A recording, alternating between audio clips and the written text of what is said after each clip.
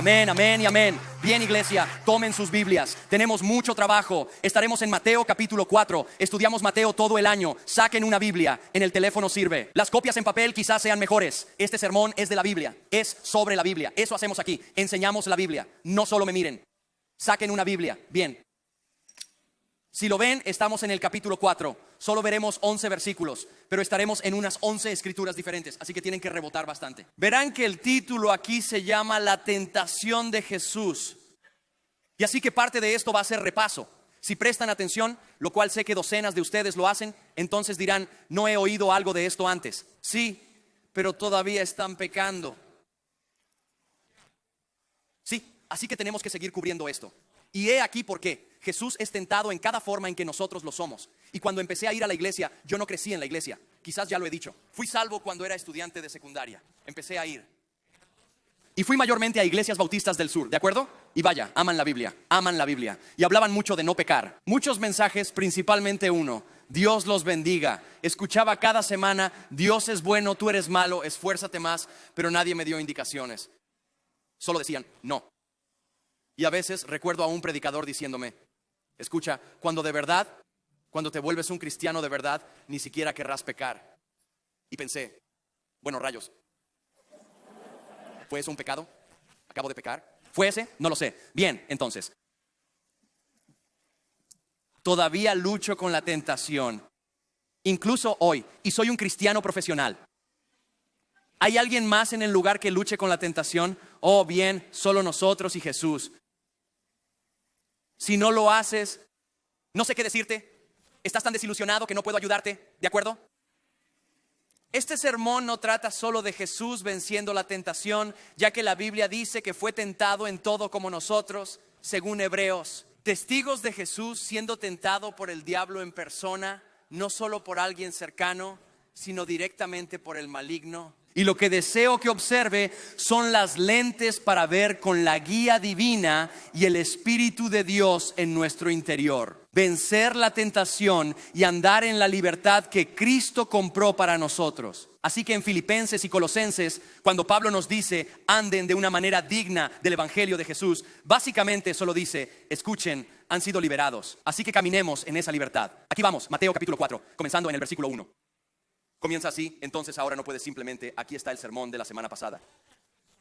Ojalá pudiera haberlos juntado, pero no me dejan predicar 2 horas seguidas. Pero eso fue lo que fue entonces. Esto ocurrió justo después del bautismo de Jesús. Recuerdan, está en el agua, los cielos se abren, Dios el Padre habla en voz alta. He aquí mi Hijo en quien me he complacido. Aquí está lo que deben notar. A menudo, después de los momentos más sagrados que tienen con el Señor, presten mucha atención, porque prepárense, podrían atravesar el valle de sombra de muerte. Él pasará del agua al lugar seco en el desierto. Pasará de que su padre le hable, Dios el Padre, a que el diablo le hable. Usualmente así es como funciona. Jesús fue llevado al desierto por el Espíritu y allí fue tentado por el diablo después de ayunar 40 días y noches. Tenía hambre.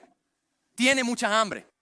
Ahora, podría ser preparación, pero presten atención. Cuando estaban hambrientos, cansados y aislados, a menudo eran un blanco fácil para el enemigo. Por eso necesitan gente, necesitan comunidad. Versículo 3. Y el tentador, así llama la Biblia al diablo aquí. Y el tentador vino. Y esto es lo que le dice a Jesús. Si eres el Hijo de Dios. Ahora, ¿qué acaba de decir Dios? He aquí mi hijo. Y lo primero que hará el tentador es mentirle a Jesús, porque eso es lo que hace el diablo. Es un mentiroso y cada vez que habla salen mentiras de su boca. Es un tentador y nadie dice amén a esto. La tentación es tentadora. Si no es tentador, no es una tentación para ti.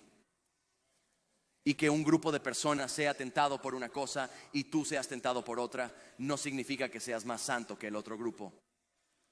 Que somos tentados por la tentación y el diablo lleva un tiempo con esto. Y así que es un tentador y vino y le dice a Jesús, si eres el Hijo de Dios, ven, es un mentiroso. Y lo único que quiere hacer, según Juan 10:10, es robar, matar y destruir a ustedes y a todo lo bueno y piadoso que hayan tenido en su vida. Y la forma en que va a empezar, al igual que lo hace con Jesús, después de que Dios el Padre acaba de hablar en voz alta, he aquí mi Hijo en quien me he complacido. Y luego justo después de eso, el enemigo se acerca y dice, ¿estás seguro? ¿Estás seguro de que eres el Hijo de Dios? Si eres el Hijo de Dios, ¿sabes? El enemigo nos ataca por no conocer nuestra identidad. Si supiéramos quiénes somos, sabríamos qué hacer. Así es.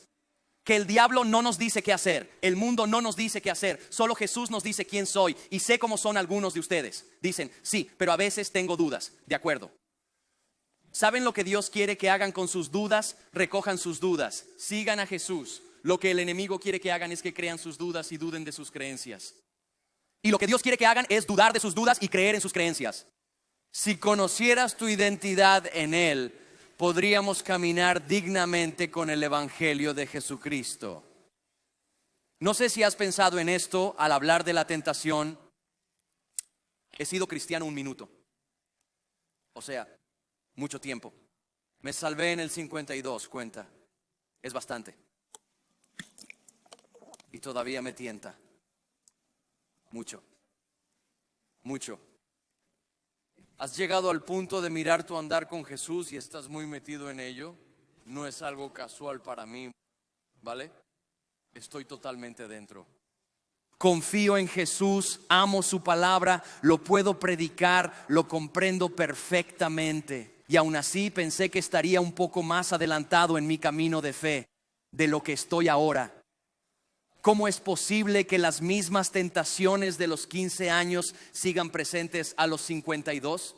El crecimiento no siempre parece afectar.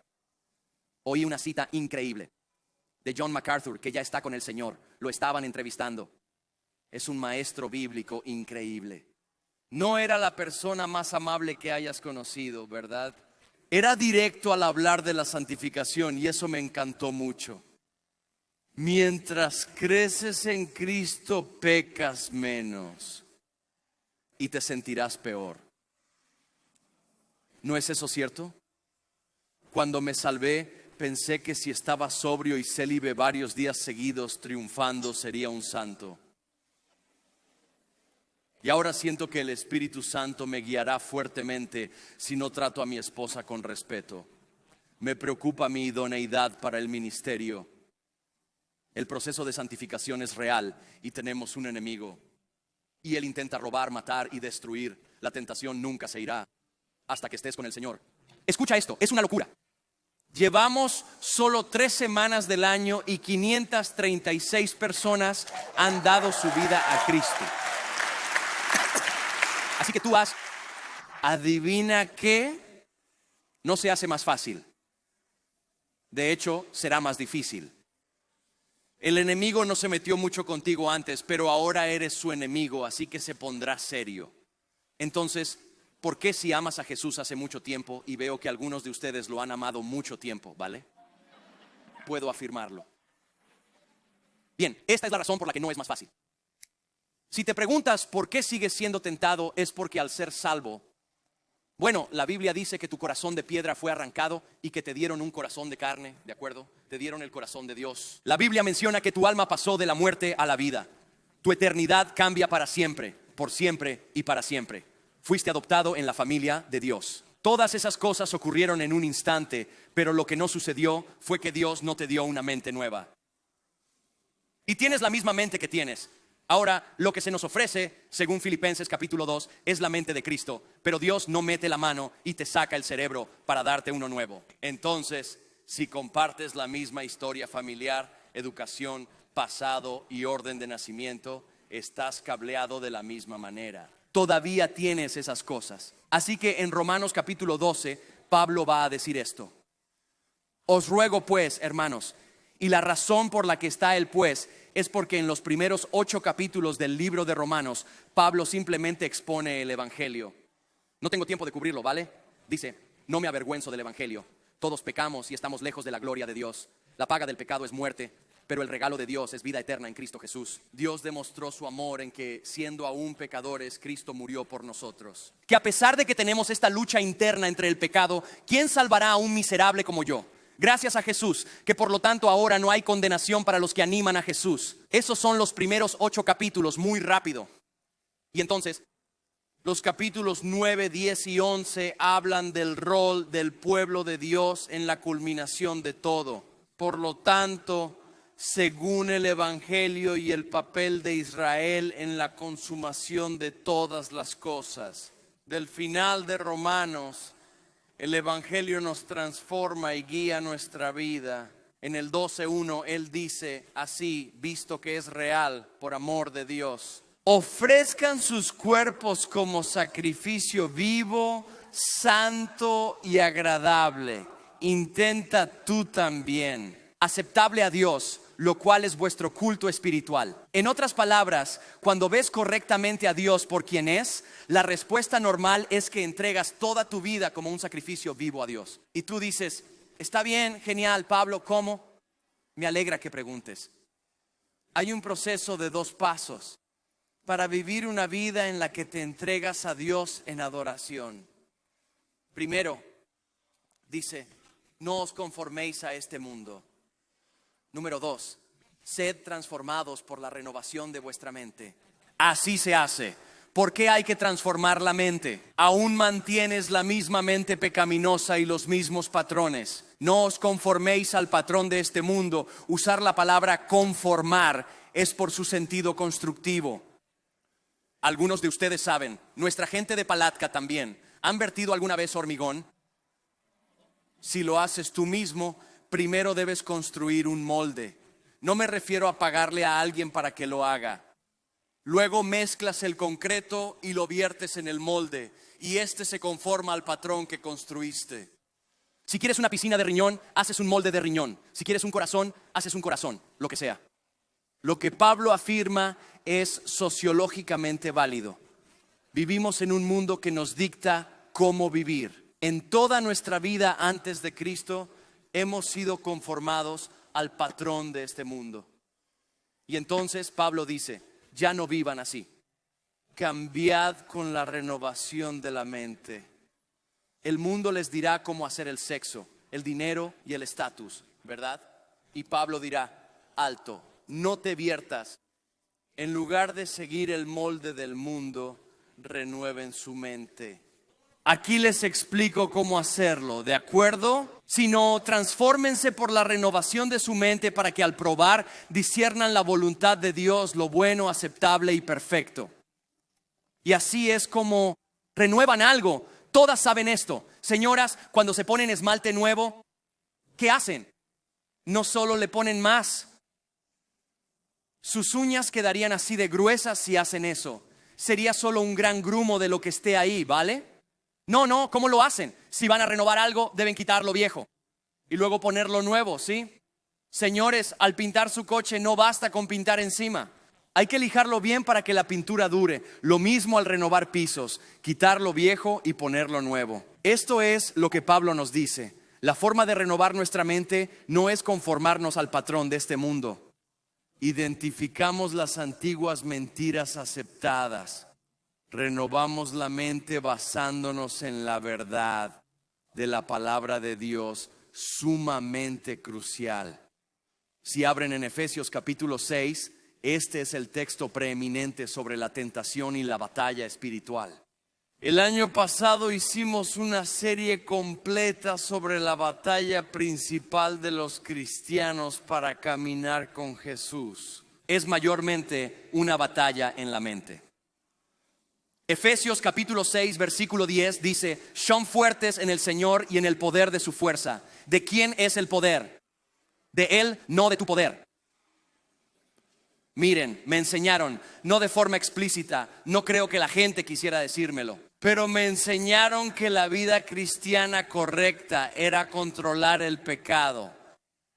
Y lo que debías hacer si eras un buen cristiano era controlar tu pecado y ser un buen cristiano. No bebemos, fumamos, ni salimos con chicas que lo hagan soportando ese pecado. Y lo intentamos. Algunos más que otros. Incluso los mejores, si dependíamos de la voluntad, siempre acabábamos derrotados. Yo lo llamo teología de la pelota de playa. Intenta mantener una pelota de playa bajo el agua. ¿Cuánto tiempo puedes hacerlo? Bueno, depende de quién seas. Algunos de ustedes, chicos fuertes, un poco más que otros. Pero si solo contaras con tu fuerza, una ola te sorprende. El protector solar se vuelve resbaladizo o tus brazos se fatigan. Y cuando sueltas la pelota de playa, ¿qué pasa? No regresa casualmente a la superficie, no, explota en tu cara. Y eso es a lo que te conducirá, con solo apretar los dientes a la fuerza y una pizca de sumisión. La realidad del evangelio es que, en mi analogía de la pelota de playa, Jesús pasa con una navaja y pincha tu pelota y drena todo el poder de ella. Así que tenemos un enemigo, pero tenemos que ser fuertes en el Señor y en el poder de su fuerza. Y así es como lo hacemos. Versículo 11. Revistan toda la armadura de Dios para resistir y pelear contra las metodea, manteniéndose firmes. Que el enemigo ha ideado en su contra. Él tiene métodos específicos. Y lo que veremos es que ha estado empleando estos mismos métodos desde el inicio de la historia humana. Versículo 12. Porque no luchamos contra carne y hueso. Verán, ustedes creen que su problema es su jefe, o piensan que su problema es su crianza, o creen que su problema es su exesposa. Hermano, ella no es tu enemiga. No sé, alguien dirá, es que no has conocido a mi exesposa, ¿vale? Quiero decir, yo no creía en el diablo y la conocí. Yo digo, bueno, al menos, ¿sabes? Él tiene hijos. No, mira, este es el punto. Pablo nos dice que nuestra lucha no es física, sino espiritual. Cuando pensamos en guerra espiritual, a menudo lo que imaginamos al escuchar la palabra guerra es algo como, pensamos en algo como la Segunda Guerra Mundial. Los buenos contra los malos, y todos se alinean y se atacan, y que gane el mejor hombre. Bueno, esa no es la dinámica entre Dios y el enemigo. Verán, la Biblia nos dice en el libro de Apocalipsis que el enemigo, el diablo, es como un dragón con una herida mortal en la cabeza. Al levantarse, Jesús con los pies clavados proclamó, consumado está. Derribó al diablo justo en la cabeza y él tiene una herida mortal en la carne y está agitándose hasta el último día, cuando será enviado al lago de fuego. Así es como es. Así que no luchamos por la victoria, luchamos desde la victoria. Y dado que el enemigo ya sabe que está vencido, no necesariamente se presentará para darnos un ataque frontal total. ¿Por qué? Porque sabe que perderá. Quiero decir, si el diablo del infierno viniera a ti y se manifestara en tu dormitorio esta noche y dijera, bueno, probablemente llamarías a cristianos, probablemente orarías, seguramente correrías hacia Dios y no lejos de Él, sabe que perderá. Así que, al igual que ahora, nuestro país tiene enemigos por todas partes y una de las tácticas principales con las que intentan atacarnos como país no es un ataque frontal directo. He dicho esto antes, pero en serio, si Canadá quisiera tomar Estados Unidos, ¿qué van a hacer? ¿Matarnos con amabilidad? ¿Ahogarnos en jarabe de arce? No tienen ninguna oportunidad. Y en un instante derrotaríamos a EU, ¿cierto? Y hay grupos de personas en todo el mundo que nos odian y por lo tanto todo el mundo lo sabe, esto ya es conocimiento general. Existe una constante desinformación difundida por aquellos que nos tienen enemistad. Hay granjas de bots alimentando tu algoritmo distinto al mío y por eso nos odiaremos. Y lo están haciendo muy bien. Es una sucia campaña de desinformación. Esto es lo que el enemigo intenta hacernos porque ya está derrotado. Y si logra atraparnos, si nos engaña y creemos estas cosas, entonces creeremos estas cosas. Y si pensamos y creemos estas cosas, entonces comenzaremos a hacer estas cosas y entonces nos tendrá. Así que nuestra batalla no es contra carne y hueso, sino que nuestra batalla es contra gobernantes, autoridades, contra los poderes cósmicos de esta oscuridad actual, contra las fuerzas espirituales del mal en lo alto. Como ves, lo que hace el adversario es que quiere tenderte una trampa y quiere guiarte por una senda que no deseas tomar. Si eres nuevo y piensas, ¿me estás diciendo? En el año de nuestro Señor 2026, ¿crees en el diablo y lo demoníaco? Lo creo. Y si no, haz un puño y golpéate la cara. Eres muy tonto para hablar, hombre. Simplemente no has pensado mucho en esto. Es verdad. ¿Crees que las atrocidades malas del mundo son solo desequilibrios químicos? Mala crianza, errores. No. Hay un ladrón y lo único que quiere hacer es matar, robar y destruirte. Y si no te das cuenta de que hay un enemigo, si no te despiertas cada día y no piensas que el despertador es la señal para comenzar el juego, siempre vas a perder. Y entonces dice, no luchamos contra carne y hueso. La forma principal en que el enemigo nos tienta, nos engaña, nos atrae, es que Él nos miente, como le hace a Jesús. Si eres el Hijo de Dios, yo llamo a esto los susurros, ¿vale? ¿Te ha pasado alguna vez? Como cuando vas a la iglesia y no has ido en un rato y piensas, oh, gracias por mencionarlo, y te sientes culpable. ¿Alguna vez te sientes condenado? Estoy predicando mi cerebro sobre algo y luego te llega este pensamiento, bueno, no te habla a ti, eso no cuenta para ti. Eso solo cuenta para esa gente buena de la iglesia. ¿De dónde crees que viene eso? ¿Crees que tu Padre Celestial te dice eso? Y escucha, hombre, estoy predicando en contra de eso ahora y te digo, especialmente los jueves y domingos, ¿cuántas veces pienso en mi cabeza? No puedes vivir lo que predicas. Ojalá supieran lo irritable que te pones en el carril rápido cuando no van lo suficientemente rápido. En fin, lo que sea. Y esa es como la única que te voy a decir. Confesaré algunas cosas a mi grupo y no les estoy contando todo, ¿de acuerdo? Por eso, cuando el enemigo me acusa, mi estrategia es simplemente estar de acuerdo con él. Esto es lo que he descubierto. Simplemente estoy de acuerdo con él. Cuando dice, ¿quién te crees que eres? ¿Cómo harás una serie sobre actuar como hombres? No amas a tu esposa como Cristo amó a la iglesia. Yo solo digo, ¿verdad? Sí, es peor de lo que crees porque solo tienes grabaciones mías y yo sé la locura que hay aquí dentro.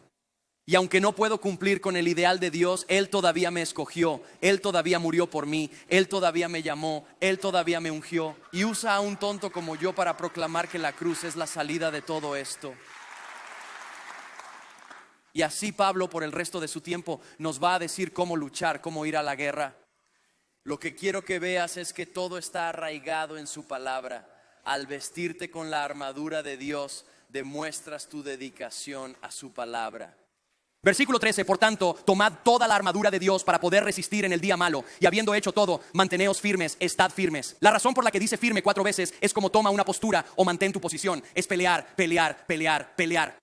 Y así es como lo haces. Habiendo ceñido el cinturón de la verdad, estás conectado a Jesús y su palabra. Habiendo puesto la coraza de la justicia, es sobre la identidad. La aprendes por su palabra. Y sus zapatos para los pies, habiendo puesto la disposición del evangelio de la paz. El evangelio es su palabra. Y en toda circunstancia, tomen el escudo de la fe. Y la Biblia dice que la fe viene al oír su palabra, con el que podéis apagar todos los dardos de fuego del maligno, y tomad el casco de la salvación y la espada del Espíritu, que es la palabra de Dios. Esta es el arma ofensiva principal contra el enemigo. No es la única arma ofensiva, porque también va a decir como ora como un loco. Pero el arma ofensiva principal contra el enemigo es su palabra. Ahora, ¿cómo funciona esto? Juan capítulo 8. Jesús está discutiendo con gente religiosa. ¿Alguna vez discutes con gente religiosa? Si quieres, puedes tomar mis correos si quieres hacerte cargo de algunos, ¿vale? Es increíble. Muy bien, entonces, el 8:31, Jesús se ve envuelto en una discusión. Algunos me molestan con sus recientes comentarios, porque Jesús les habla a los líderes religiosos y simplemente les dice esto. Él dice, ustedes no conocen a Dios. Y los líderes religiosos, los judíos, dicen, ¿qué quieres decir con que no conocemos a Dios? Somos hijos de Abraham. Y Jesús dice, un momento, un segundo. Si conocieran al Padre, me conocerían a mí, porque yo y el Padre somos uno. Y ellos dicen, ¿de qué estás hablando? Y luego dice, si tuvieran la fe de Abraham, me conocerían a mí, porque Abraham estaba emocionado cuando me conoció. Y ellos preguntan, ¿cómo conociste a Abraham? Hace mucho murió. Jesús responde, antes de Abraham existir, yo soy. Y ellos dijeron, vamos a matarlo ahora. Ese es el contexto de la charla que están teniendo aquí. Y esto es lo que Jesús dice en Juan 8:31. Dijo, si permanecen en mi palabra, son mis discípulos y conocerán la verdad que los hará libres. Si han oído a un político decir, conocerán la verdad y la verdad los hará libres. Si no lo dirigen, si lo vinculan a su campaña, otra palabra de Dios, postúlenle, corran. Jesús dice, si permanecen en mi palabra, permanecer es relacional. No usamos mucho la palabra permanecer, ¿saben? Permanece es estar cerca. Y Jesús dice, Si quieres conocerme, quédate cerca de mi palabra. Escuchen, si van a ser parte de esta iglesia, y espero que lo sean, somos un movimiento para que todos descubran una relación profunda con Jesús. Así que si hoy, cuando dije abran Mateo y ustedes están como, ¿eres Mateo y aún no sabes nada? No hay problema, amigo, estás en el lugar correcto, te lo enseñaremos, ¿de acuerdo? O si estuvieras en la escuela dominical con Noé, genial, ¿de acuerdo? No estarías aquí, todos los demás murieron, pero todavía no conoces la Biblia, ni siquiera eso, así que escucha, vamos a enseñar la obra. Y no sé cómo hacer que ames algo que yo amo, pero amo esta palabra de Dios. La amo, ¿de acuerdo? Porque no es solo un libro. Son 66 libros escritos durante unos 2000 años en diferentes continentes por más de 40 autores, y todo tiene un mensaje unificado y todo es sobre Jesús. Y no es solo un libro de historia, esta es la palabra revelada de Dios. Y por supuesto, leerás algunas partes que te dolerán un poco, pero es porque Él es un buen padre y es el autor de la vida, y Él sabe mejor cómo vivir la vida que tú. Y hay libertad que Él tiene para nosotros. Y Él discute con esos hombres. Dijo, Jesús les dice a estos líderes religiosos, es como, escucha, conoces las palabras de Dios, pero no conoces la palabra de Dios. Han leído su Biblia, pero no conocen al autor de la Biblia. Y solo quiero que no sean esclavos del pecado, sino que quiero que vivan en libertad. Y ellos están como, ¿qué quieren decir esclavos? Somos hijos de Abraham. Eso es lo que dijeron. Y apuesto a que Jesús pensó, no te fue bien en la escuela dominical, ¿verdad? ¿Recuerdas la etapa en Egipto durante 400 años? No te preocupes. Después dice en el verso 44 que si piensas que Jesús fue suave, nunca has escuchado un sermón suyo. Dice, vosotros sois de vuestro padre el diablo. Imagina, si Jesús te llamara hijo del diablo, sois de vuestro padre el diablo, y vuestra voluntad es hacer los deseos de vuestro padre. Él fue un asesino desde el principio, y no hay verdad en él. Cuando miente, habla de su propia esencia, es el padre de la mentira. Ven, el diablo, el mundo y vuestra carne nos mienten. Presten mucha atención durante las próximas semanas mientras celebramos bautismos una y otra vez. Hay dos preguntas que hacemos. La segunda es, ¿quién es Jesús? Jesucristo es mi Señor y Salvador. Y es sobre esa profesión pública que te bautizamos. Pero hay una pregunta que precede a eso, y es esta: ¿rechazas los senderos del mundo, tu pecado pasado y cualquier conexión con oscuridad o lo demoníaco? Y todos hemos estado conectados a ello, y todo lo que el enemigo hace, uno, es una mentira, y dos, es para robar, matar y destruir. Y entonces, si el diablo es un mentiroso, tengo muy buenas noticias. Usa las mismas 3 mentiras una y otra vez. Simplemente las vuelve a empaquetar. Honestamente es como un restaurante. Realmente no hay mucho más que animales muertos, ya sea pescado, vacas, pollos o cerdo. Todo está solo reempaquetado, recocido, ¿no? Así es, algunos más bonitos. Y el enemigo ha estado usando las mismas 3 armas, los mismos 3 señuelos, las mismas 3 tácticas una y otra vez. Esto es todo lo que tiene, y es muy bueno en eso. Un versículo 15 y 16 de Juan: no améis al mundo ni a sus cosas. Si alguien ama al mundo, es posible que conozca Juan 3:16 en la Biblia. Y comienza con, porque de tal manera amó Dios al mundo, que dio a su Hijo unigénito. Y tú dices, bueno, espera un minuto. Juan dice aquí, no ames al mundo. Bueno, ¿cuál es? Es el mismo Juan el que lo escribe. Son 2 cosas diferentes. En Juan 3:16, la Biblia dice que Dios ama a la humanidad. En 1 Juan 2 significa que no debemos amar los sistemas de este mundo. Y a menudo los cristianos hacen avergonzados. Es que rechazamos a la gente de este mundo y adoptamos los valores y sistemas de este mundo. Y lo que se supone que debemos hacer es rechazar los valores y sistemas de este mundo y amar a toda la gente de este mundo. Dice, no améis al mundo ni las cosas que están en él. Y si alguno ama al mundo, el amor del Padre no está en él. Porque todo lo que está en el mundo raya. Esta pequeña cosa siguiente entre las rayas nos dirá todo lo que está en el mundo. Esto es todo. Estas son las tácticas del enemigo. Ahora, la ESV que uso dice los deseos de la carne, los deseos de los ojos y la soberbia de la vida. Vamos a volver a la King James en esta porque simplemente me gusta más. Suena mejor, se predica mejor. ¿Listos? En lugar de deseos, la King James dice lujuria. Di lujuria. Estuvo un poco agresivo por aquí, pero te interesa, ¿de acuerdo? Una vez más, lujuria. Solo suena sucio, ¿no? ¿Verdad? ¿Esto qué es? ¿Listos? Aquí está todo lo que el mundo ofrece. La lujuria. La lujuria de los ojos y la soberbia de la vida. Y no es del Padre, sino que es del mundo. Tú dices, ¿qué significa eso? Me alegro de que preguntaras. Estas son las tres categorías en las que prácticamente todo pecado cae. La lujuria de la carne. Al oír lujuria de la carne, piensas en sexo, y lo es, pero no es todo. La lujuria de la carne es un deseo de sentir. Un deseo de sentir. Cuando te convences, merezco sentir esto. Podría ser sexo, o una bebida, o 6 bebidas. Sinceramente podría ser drogas, o tal vez helado tarde. Cualquier situación en la que siento que merezco sentirme así, y esa emoción domina mi existencia. Estoy listo para lograr la sensación deseada a toda costa. Eso es la lujuria de la carne.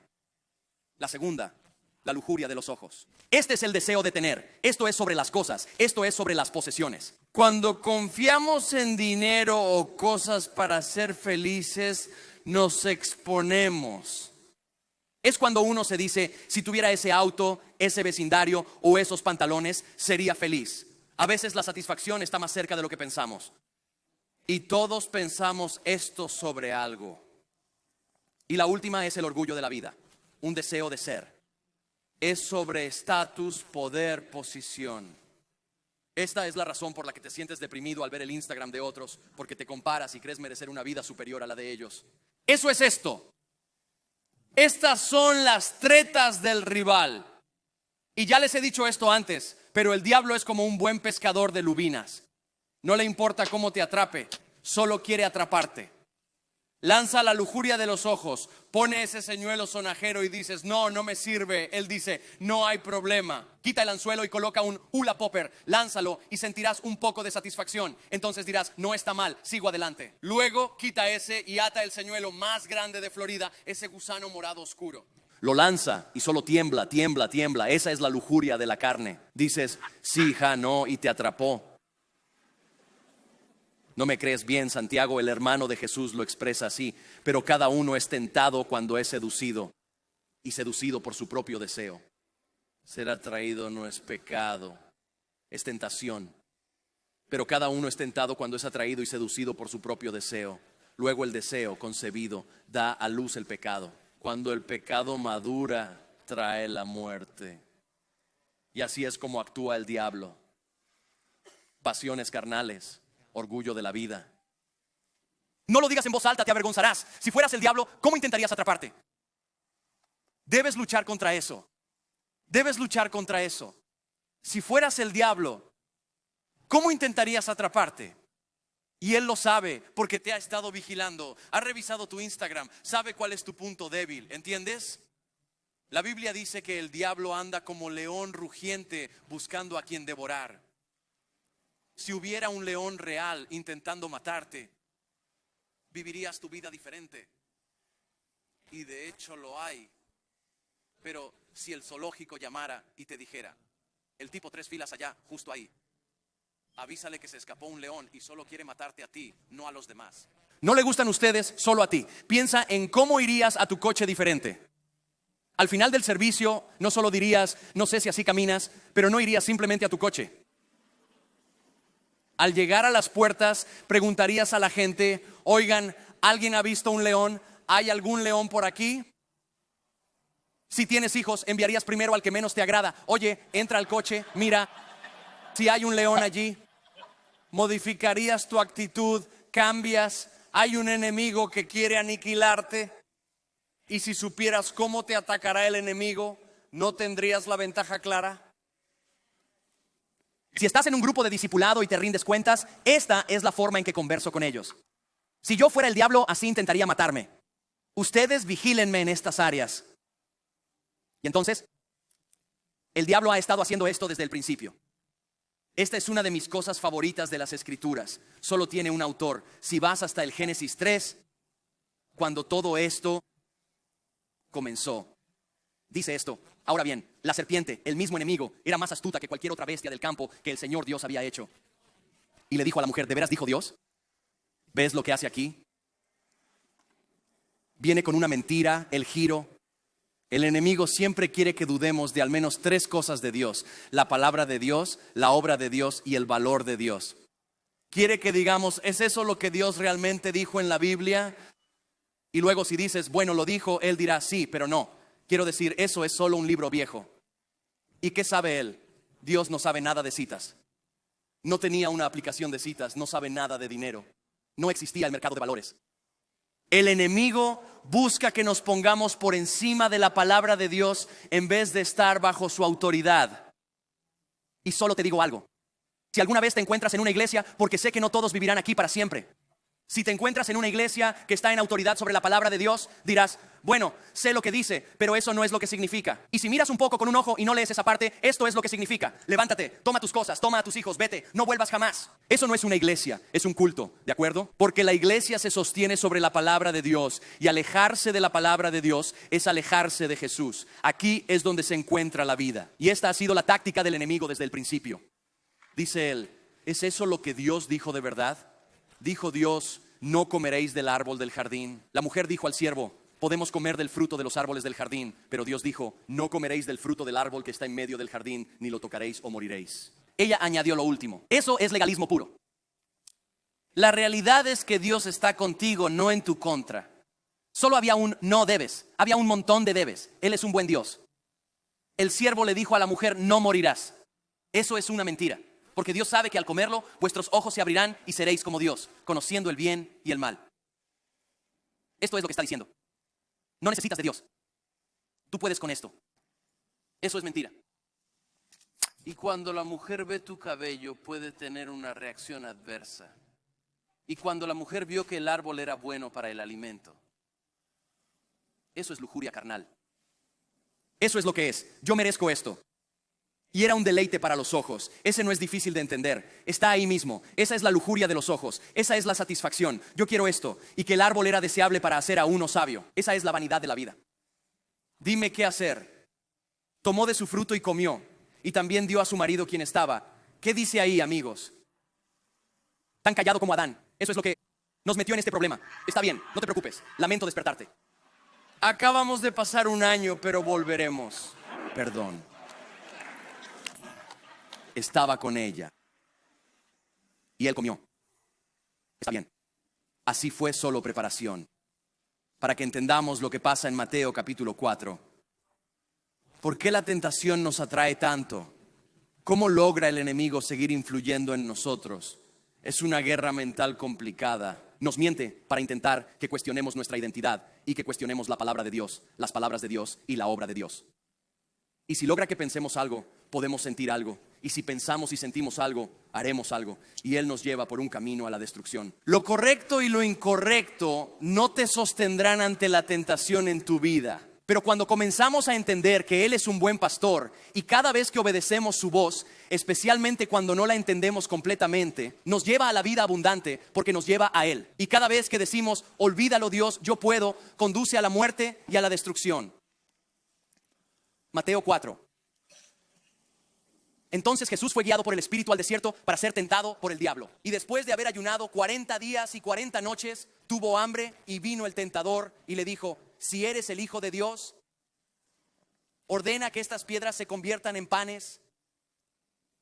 Ojalá tuviera tiempo para mostrarles exactamente cuán superior es Jesús a Israel. Porque cuando el pueblo de Dios fue sacado de Egipto y llevado a la tierra prometida y Dios les dio pan, les dio maná, todos los días se quejaban de ello. Y así Jesús cumplirá todas las cosas. Recuerda, ese fue todo el punto de Mateo, pero no tengo tiempo para entrar en ello. Pero eso es lo que pasa.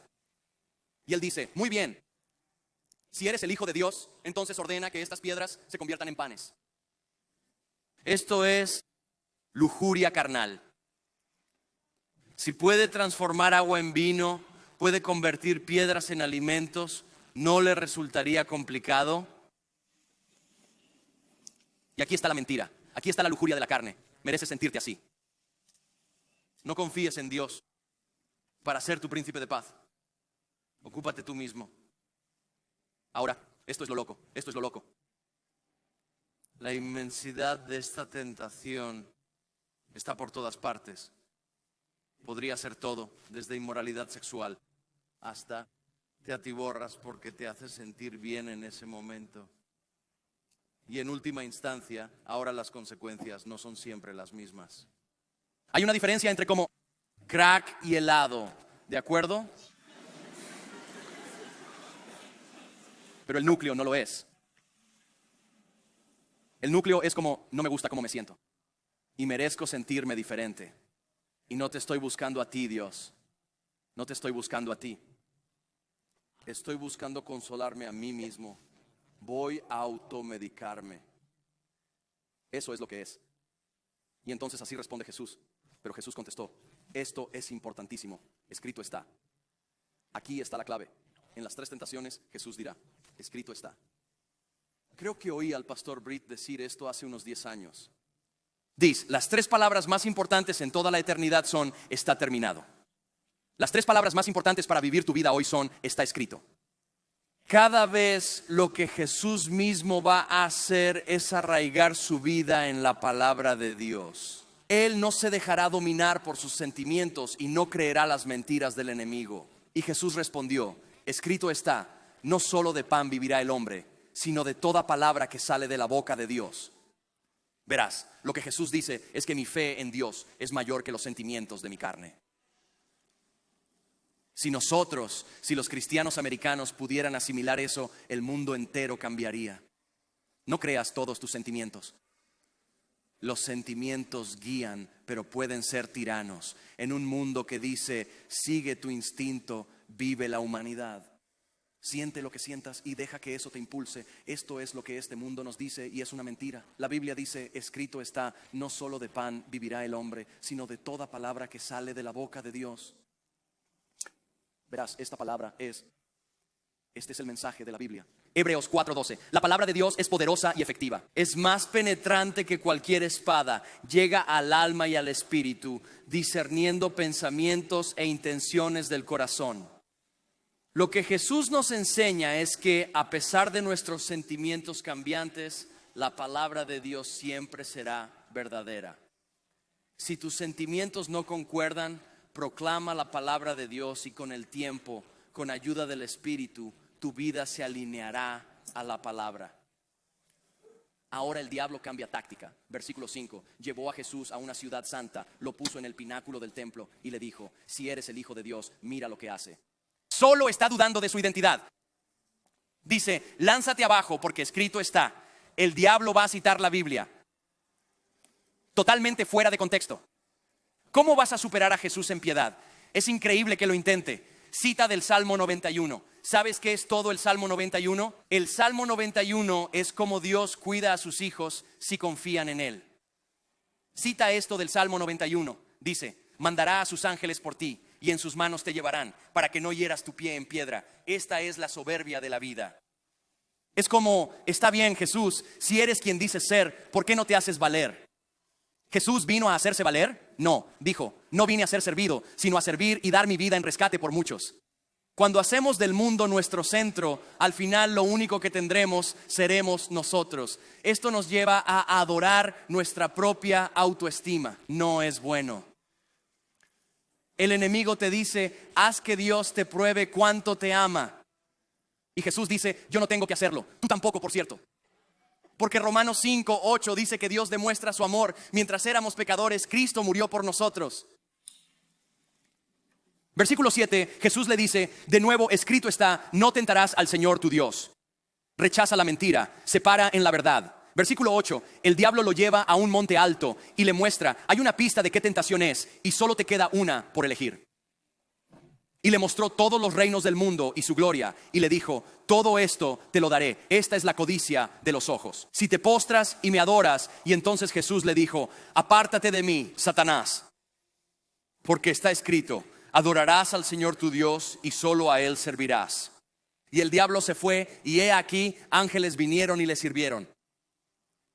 Y aquí Jesús dice, estas cosas nunca me satisfarán por completo. Yo no adoro cosas, yo adoro a Dios Todopoderoso. Por eso decimos que adorar es pelear. Lo quiero que vean aquí una y otra vez. Es que Jesús rechazó la mentira de este mundo. Hizo lo que Pablo dijo en Romanos 12. Que no fue conforme al patrón de este mundo. Cuando el enemigo vino con mentiras, Él dijo, no, no, no, rechazo eso, rechazo la mentira y estoy firme en la verdad de la palabra de Dios. La verdad es esta: Dios nos dio la Biblia para recordarnos que el diablo ya fue vencido, no para vencerlo. Este es un recordatorio sobrenatural de que como creyentes en Cristo debemos andar en libertad. Y mi esperanza y oración por ti es que camines en esa libertad. La batalla ya se ganó. Colosenses 2:13 dice que estabais muertos en vuestros delitos y en la incircuncisión, pero Dios os dio vida junto con Él. Habiendo perdonado todas vuestras ofensas, anulamos el documento de deuda contra nosotros. Esto lo quitó clavándolo en la cruz. Desarmó a los poderes y autoridades y los exhibió públicamente, triunfando sobre ellos en él. Este libro nos enseña a no creer en las mentiras del diablo, sino apoyarnos en la verdad de la palabra de Dios, lo cual debe ser el centro de nuestra vida. No para que logres la victoria, porque la Biblia es un recordatorio de eso. ¿Cómo haces esto? Te daré tarea. Y si no la haces, entonces, de acuerdo, te veo la próxima semana. Será el mismo lugar en el que estás ahora, pero no sé, quizás conozcas a un amigo o algo. Pero si eres serio sobre esto, ¿cuál es la mentira que crees? Será una de las 3 categorías generales: ojos y carne lujuriosos, soberbia de vida. Identifica esa mentira. ¿De acuerdo? Identifica esa mentira. Y cuanto más te defiendas, probablemente esa sea la que debas atacar. Sí, pero tú, de acuerdo. Y luego, descubre la verdad de la palabra de Dios para ti. Hay un par de formas de hacerlo. Una es buscar en Google. ¿Qué dice la Biblia sobre la lujuria? Pero prepárate, va a doler un poco. ¿De acuerdo? ¿Qué dice la Biblia acerca de la avaricia? ¿Qué dice la Biblia? Sea cual sea el tema. También un hombre en nuestra iglesia escuchó este sermón hace años y creó una app llamada Palabra de Dios Habla. Y tiene categorías. Puedes ir allí y hacer clic y te dirá, aquí están todos los versículos sobre la ansiedad, lo que sea. Y luego, identifica la falsedad y declara, ya no creeré esto. Y necesitas tener algunos, está escrito, que no tengas que consultar. Y honestamente, ni siquiera tienes que intentar memorizarlo. Lees esto todos los días y finalmente la palabra de Dios será alojada en tu corazón. Y justo cuando la necesites, el Espíritu de Dios la traerá y tú hablas la palabra de Dios, para que con el tiempo puedas renovar tu mente y alinearte con lo que Cristo ha hecho por ti. Te daré los 3 grandes. Se difunde la mentira sobre el dinero. Y esta es la mentira que el dinero te dice. El dinero dice, si me amas, yo te amo de vuelta. Nunca lo pensaste así, pero eso es lo que dice. Te lo prometo, el dinero dice esto. Si el dinero pudiera hablar, esto diría, ven aquí. Lo diría, no sonaría como yo. Suena sexy, lo que te parezca, ¿vale? Yo no sueno así, sueno como Larry, el chico de la cable, así que da igual. Kevin.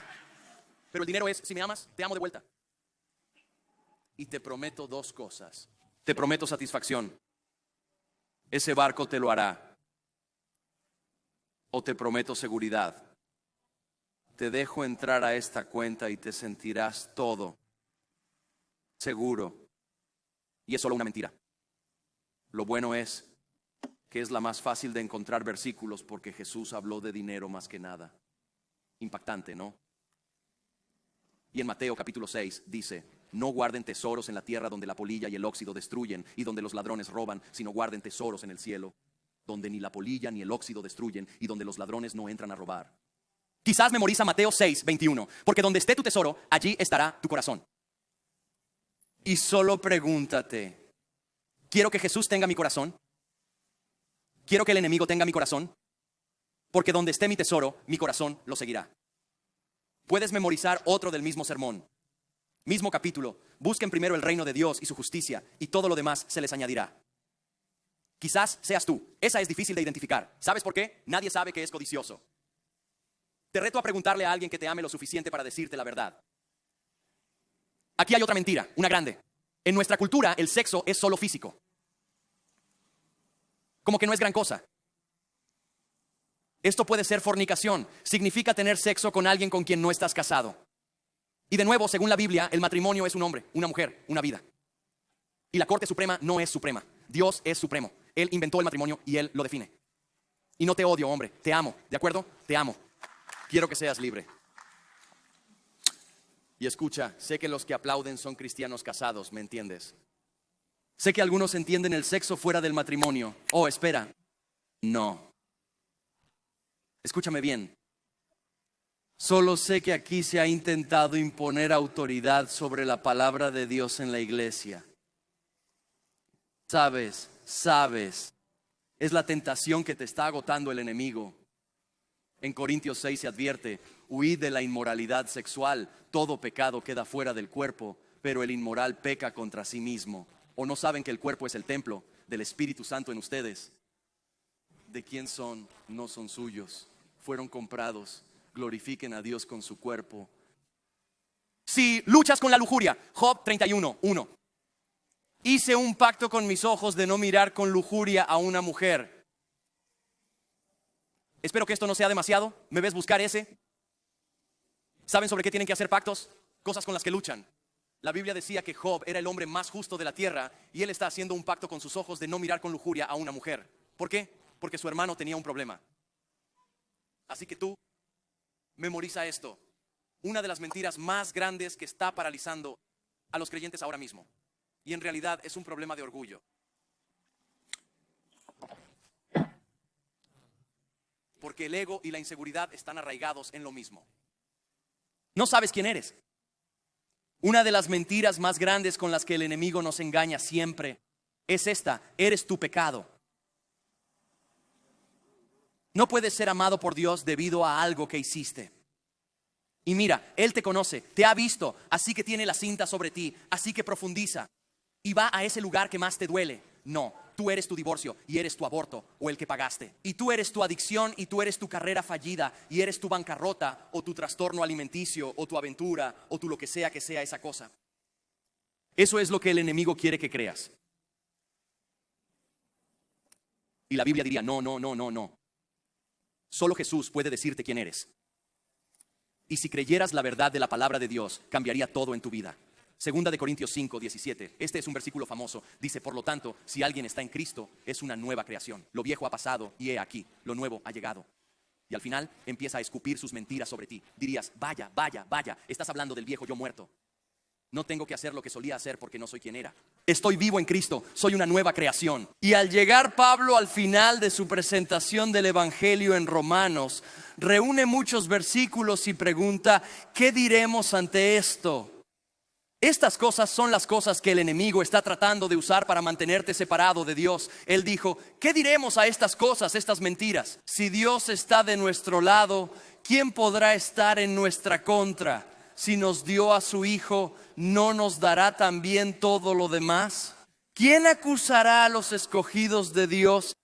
Y tú dices, bueno, el diablo está acusando. Bueno, genial, la Biblia responde, es Dios quien justifica. ¿Quién puede condenar? Cristo Jesús es el que murió. Más que eso, quien resucitó, quien está a la diestra de Dios, quien de hecho está intercediendo por nosotros. ¿Quién nos separará del amor de Cristo? Tribulación o angustia o persecución o hambre o desnudez o peligro o espada. O podría decir tu pecado pasado o eso que te da vergüenza o tu vergüenza o tu culpa o esa basura que el enemigo sigue sacando. Y luego Pablo responde a la pregunta, no, en todas estas cosas somos más que vencedores por medio de aquel que nos amó. Porque estoy convencido de que ni la muerte ni la vida, ni ángeles ni gobernantes, ni nada en toda la creación podrán separarnos del amor de Dios. Capaz de separarnos del amor de Dios en Cristo Jesús, nuestro Señor. Eso dice la Biblia que eres.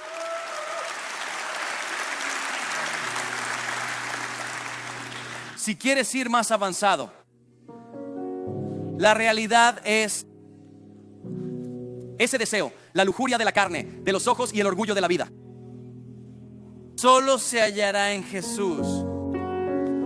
La lujuria por lo material es el anhelo de satisfacción. Jesús invita, venid a mí y encontraréis descanso para vuestra alma. Es mejor que una pastilla. Lujuria de los ojos. ¿Quieres vivir en un buen barrio? ¿Adivina? Pon tu fe en Cristo. Voy a prepararte un lugar. Cuando Jesús es tu agente es genial, hombre. Sin cuotas, gloria a Dios. Quizás es el orgullo de la vida. ¿Quieres el cheque azul? ¿Quieres ser alguien? ¿Qué tal ser hijo o hija de Dios y coheredero junto con Cristo Jesús? Lo que buscamos de verdad solo se puede hallar y realizar en Él.